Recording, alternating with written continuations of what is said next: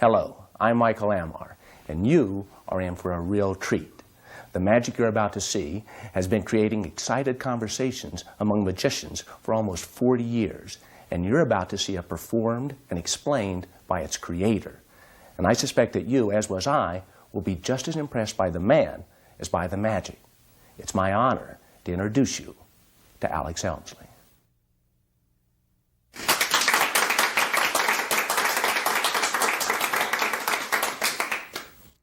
I'm going to show you a very old trick which I used to keep in my top pocket, and it's called the 4-card trick. It only uses 4 cards. It's a card trick with 4 trick cards. I call them trick cards because although the backs are ordinary, they haven't got any faces. All 4 of these cards are blank. But if I take one from the back and put it to the front, it turns into a joker. Now, I want you to try to follow where the joker goes. To start with is 1, 2, 3 from the top. This is a sort of 3-card trick with 4 trick cards.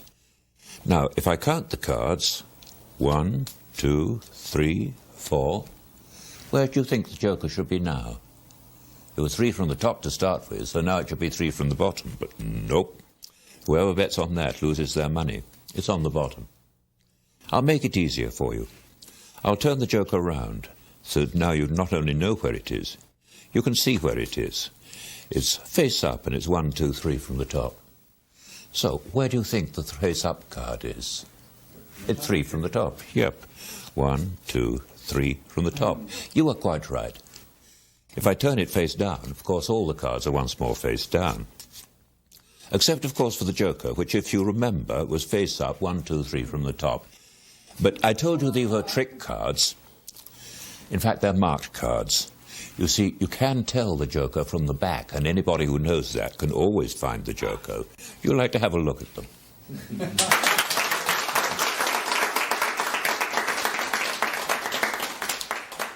Now, that was the very first trick that was ever published with what has now become known as the Elmsley Count, but originally I called the ghost count.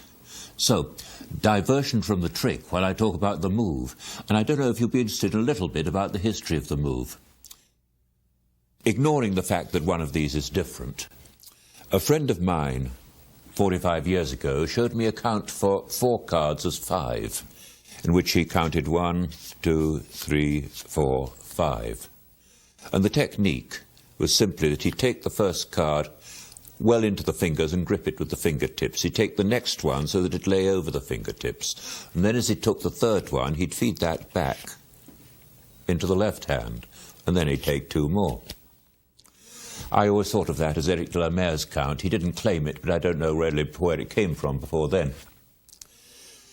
Also, there was a trick by Edward Victor called EYE, in which he had 3 cards, and he'd push off, take 2 cards as 1 from the top by holding the cards at the fingertips, which by coincidence was the same grip as was used in Eric de la Mare's count, press fairly firmly between thumb and fingertips, push, and the 2 cards come off in register. There they are. All I did was to put the 2 together. So here's what I called the ghost count. You take 1, but let it lie loosely over the fingertips, come back, push off 2 together, and the red card is now concealed under that. It's the second of that pair that I've pushed off. Feed that back as you take 2, take 3, take 4. That's all there is to it. So, there's the routine. That's the original setup. A 4-card trick. 4 cards. It's a 4-card trick with 4 trick cards, and I call them trick cards because although the backs are ordinary, they haven't got any faces. And you take off and show 2, and then you put them at the bottom, because the card to keep concealed must be 3rd from the top. Turn them face up, and now you can conceal the joker, counting 1, 2, 3, 4. And you can do a colour change here, or sometimes I don't bother. To make the joker appear, I sometimes simply count again, but do a genuine count, and then the joker appears. Now you ask them to follow the joker. It's a 3-card trick with 4 trick cards, and you put it visibly 3rd from the top. And you do the count It hides the card, it also displaces it. It should have ended up second from the top. Instead, it's on the bottom, and you show it on the bottom. Now, you say, to make it easier, I'll turn it face down. As you square the cards up, you take a break underneath the face too. Turn two down together. I've let them spread because I'm doing it slowly for the demonstration. Put them in between. True position is that. But now you can show the joker, and you're concealing the blank card that is behind it. You do the count straight, and if you immediately repeat the count, this time you conceal the joker, but the blank card shows up in the correct position. It was Roy Walton who thought of that little twist. Turn this down and put it at the bottom. And now you can count and show all the cards face down until you go into your imitation explanation at the end. Show the joker face up, but with a red back.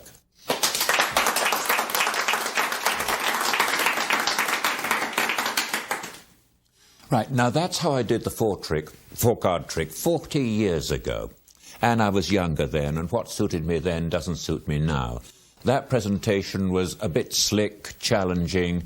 It was almost deliberately confusing the audience. Now I prefer something that's a bit more gentle. And this version is basically the same trick, but quite a different presentation. So, I hope you like it. The other day I met a nice man who offered to teach me a game of cards, and he had 4 cards, and he explained that one of them was a queen, and he'd try to hide the queen, and I must try to find it. And we could have a bet to make it more interesting. Unfortunately, he explained, he'd used these cards so much the faces had worn off. In fact, all 4 of these cards were blank. Luckily, though, he could remember which one was the queen. Now, it may be I looked a bit sceptical, because he then explained that if he rubbed the cards, then the face of the queen would come back for a while. So, he mixed the cards up, and I had no idea where the queen was, so I made a wild guess. I thought it was about third from the top, and he counted the cards and said, "No, that's not the queen." "Wait a moment," I said. "Perhaps that is the queen, but the face has worn off again." "No," he said, "the queen's at the bottom, and if I rub the cards, the face comes back, and you owe me $100. "I'll do it more slowly," he said. "I'll put the queen there, so now it's 1, 2, 3 from the top, and I'll count the cards quite slowly. 1, 2, 3, 4. And if it was 3 from the top to start with, and I've counted the cards, where should it be now? And I said it should be 3 from the bottom, 2 from the top. "No," he said, "that's not the queen. The queen's on the bottom, and if I rub the cards, the face comes back, and you owe me $200.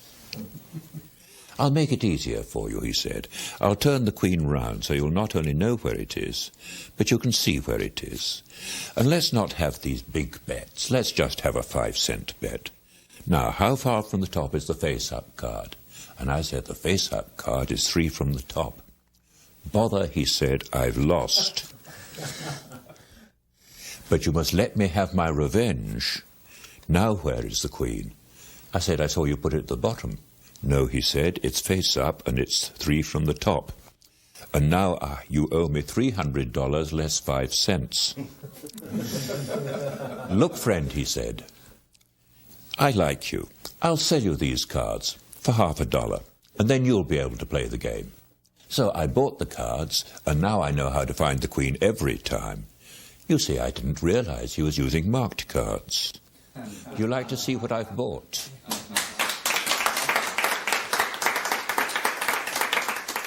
Starting setup precisely as before. The extra card, third from the top. So you talk about the nice man, and you count 4 cards, and you explain that he'd worn off the faces so they were all blank. As in the original version, you show 2 of them, place at the bottom. Now you can turn over and show all 4 as blank. You talk about he could remember which one was the queen. Rub them on your sleeve, and now a straight count and there's the Queen. Now, this is extra to the original trick, but there's nothing to it. I just do a shuffle like this. First card, second card on top, third card